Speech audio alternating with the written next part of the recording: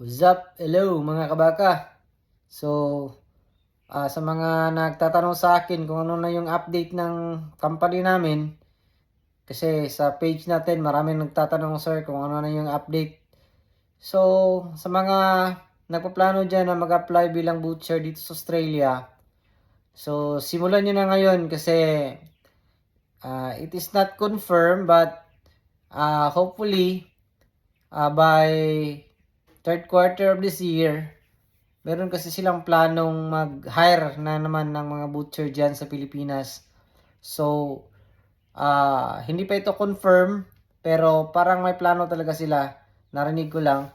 So, magsimula na kayo, your documents, gather all your documents, and then kung wala kang IELTS, at least meron kang 1 year na transcript of records sa college.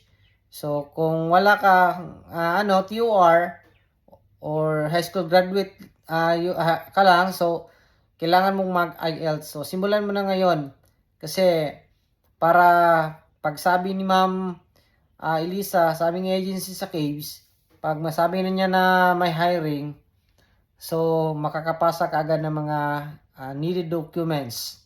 So, yun lang po mga kabaka. So, enhance kayo dyan. Gather all your documents para pag may signal, go signal na si ma'am, automatic na masisend mo agad yung papers para madali kang may line up ni ma'am for interview. Then, hopefully makapasa sa interview, magka-schedule sa trade test, and then makapasa sa trade test, and then makapunta ka na dito sa Australia.